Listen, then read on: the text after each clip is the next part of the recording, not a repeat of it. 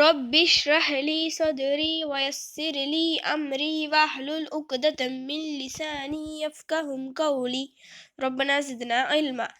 அஸ்ஸலாமு அலைக்கும் வரஹ்மத்துல்லாஹி வபரகாத்துஹு. வெல்கம் டு கீ டு ஜன்னா. I am Thasneem. எல்லாரும் எப்படி இருக்கீங்க? நல்லா இருக்கீங்களா? அல்ஹம்துலில்லா. வீடியோக்குள்ளே போகிறதுக்கு முன்னாடி நான் லாஸ்ட் வீடியோவில் கேட்ட கொஷினுக்கு ஆன்சர் என்னன்னு பார்க்கலாம். நான் என்ன கொஷின் கேட்டேன்? கனவின் விளக்கத்தை அல்லாஹ் யாருக்கு கற்றுக் கொடுத்தான்? இதுக்கான ஆன்சர் நபி யூசுப் அலைவசல்லம் அவர்களுக்கு தான் கனவின் விளக்கத்தை அல்லாஹ் கற்றுக் கொடுத்தான். இன்னைக்கு நம்ம வீடியோவில் தும்பும் போது ஓத வேண்டிய துஆ, அதோட ஒழுக்கங்களை பற்றி பார்க்கலாம். அதுக்கு முன்னாடி இது வரைக்கும் நம்ம சேனலை சப்ஸ்கிரைப் பண்ணாதவங்க ப்ளீஸ் சப்ஸ்கிரைப் பண்ணுங்க. இந்த வீடியோ உங்களுக்கு யூஸ்ஃபுல்லாக இருந்துச்சுன்னா உங்கள் ஃப்ரெண்ட்ஸ் அண்ட் ஃபேமிலி மெம்பர்ஸ்க்கு ஷேர் பண்ணுங்க.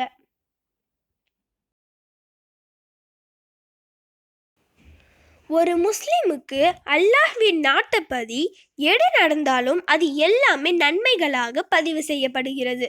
அவனுக்கு நல்லது நடந்தால் அதை ஏற்றுக்கிட்டு அதற்காக அவன் அல்லாஹ்விற்காக நன்றி செலுத்துகிறான். ஒரு தீயது நடந்தால் அதையும் அக்செப்ட் பண்ணிட்டு பொறுமையோடு இருக்கின்றான். இந்த இரண்டு விஷயங்களும் ஒரு முஃமினுக்கு நன்மைகளாகவே அமைகின்றன.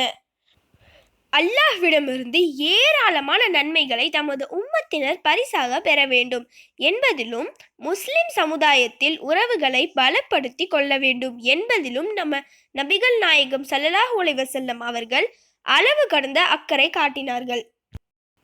சர்வ சாதாரணமான நிகழ்வுகளான தும்பும் போதும் கொட்டாய் விடும் போதும் கூட எவ்வாறு நடந்து கொள்ள வேண்டும் அப்படின்னு நம்ம நபி ஸல்லல்லாஹு அலைஹி வஸல்லம் நமக்கு சொல்லி தந்திருக்காங்க.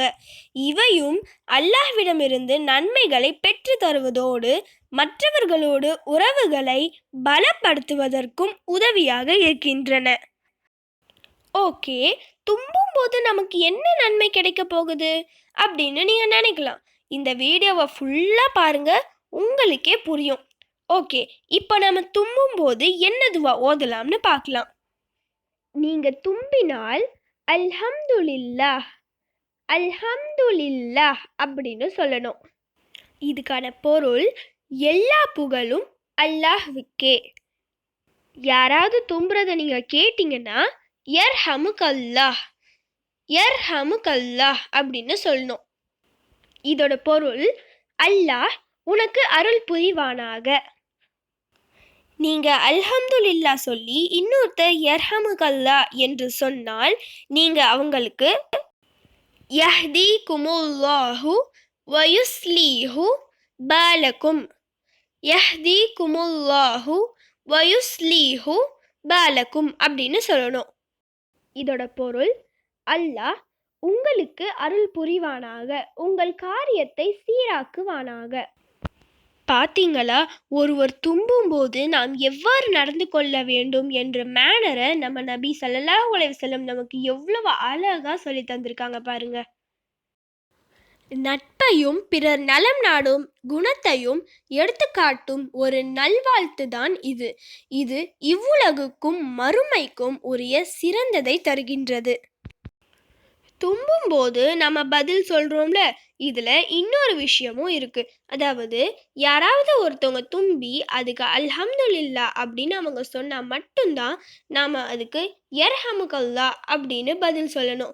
அவங்க தும்பி ஒன்றும் சொல்லாமல் ஜஸ்ட் அப்படியே விட்டுட்டா நாம் அதுக்கு பதில் சொல்லக்கூடாது அப்படின்னு நம்ம நபி ஸல்லல்லாஹு அலைஹி வஸல்லம் அவங்க சொல்லியிருக்காங்க. இதற்கான ஆதாரம் புகாரி முஸ்லிமில் இருக்குது. ஒருவர் தும்பியதும் இறைவனை புகழ்ந்தால், அதாவது அல்ஹம்துலில்லா அப்படின்னு சொன்னால், அதை கேட்கும் ஒவ்வொரு முஸ்லீமும் இறைவனின் அருளை வழங்குமாறு அவனை பிரார்த்திக்க கடமைப்பட்டுள்ளார்கள். இப்போ உங்களுக்கு புரிஞ்சிருக்கும்னு நினைக்கிறேன் நாம் தும்பும் போது எவ்வளவு நன்மை இருக்குன்னு. ஸோ இதுக்கு மேலே நீங்கள் தும்புனா வெறும் ஹச் அப்படின்னு சொல்கிறதோடு மட்டும் இல்லாமல் அல்ஹம்துலில்லா இப்படின்னு சொல்லி பழகிக்கோங்க. இறைவனோட அருள் கிடைக்கும் இன்ஷா அல்லாஹ். ஓகே, இப்போ நம்ம தும்பும் போது ஃபாலோ பண்ண வேண்டிய ஒழுக்கங்களை பார்க்கலாம்.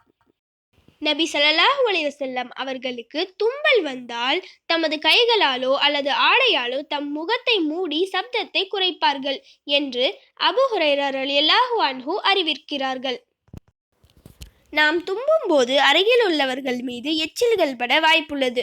இது அருவருப்பையும் பிரச்சனையையும் ஏற்படுத்தலாம். அதே போன்று தும்பலால் ஏற்படும் சப்தம் அருகில் உள்ளவர்களுக்கு இடையூறை ஏற்படுத்தலாம். இவைகளை தவிர்க்கவே நபி ஸல்லல்லாஹு அலைஹி வஸல்லம் அவர்கள் மேற்கண்ட முறையை கடைபிடித்துள்ளார்கள். ஸோ இதுக்கு மேலே தும்பல் வந்தால் மற்றவங்களுக்கு டிஸ்டர்ப் இல்லாமல் பார்த்துக்கோங்க. ஓகே, இப்போ உங்களுக்கு இன்னொரு டவுட் வரும், முஸ்லீம் இல்லாதவங்க தும்புனா பதில் சொல்லணுமா அப்படின்னு. நம்ம நபி ஸல்லல்லாஹு அலைஹி வஸல்லம் அவர்கள் யர்ஹமுக்கல்லா அப்படின்னு சொல்லணும்னு நினச்சி யூதர்கள் வேணும்னே நபி ஸல்லல்லாஹு அலைஹி வஸல்லம் அவங்க முன்னாடி போய் தும்புவாங்க. யூதர்கள் நினச்ச மாதிரி நபி ஸல்லல்லாஹு அலைஹி வஸல்லம் அவங்க சொல்லாமல் யஹ்தீகுமுல்லாஹு வ யுஸ்லிஹ் பாலக்கும், அதாவது அல்லாஹ் உங்களுக்கு நேர்வழி காட்டி உங்களை சீர்படுத்துவானாக, இந்த மாதிரி சொல்லிடுவாங்க. நீங்களும் இதே மாதிரி ஃபாலோ பண்ணிக்கோங்க. ஓகே, இன்னைக்கு நம்ம கற்றுக்க போகிற அரபிக் வேர்ட்ஸை பார்க்கலாமா? ஃபர்ஸ்ட் ஒன் மஸ்ரிஃப். மஸ்ரிஃப் மஸ்ரிஃப்னா பேங்க், அதாவது வங்கி. Second one Fareed.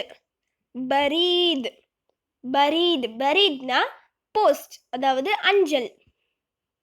இப்போ ஃபைனலி கொஷின் டைம். முனாஃபிக்களுக்கு சுமையாக இருக்கின்ற தொழுகைகள் எது? இதுதான் இன்னைக்கான கொஷின். இதுக்கு உங்களுக்கு ஆன்சர் தெரிஞ்சால் ப்ளீஸ் கமெண்ட் பண்ணுங்கள்.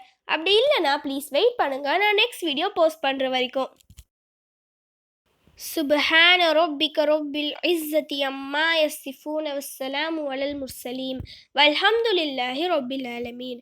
அஸ்ஸலாமு அலைக்கும் வரஹ்மத்துல்லாஹி வபரகாத்துஹு.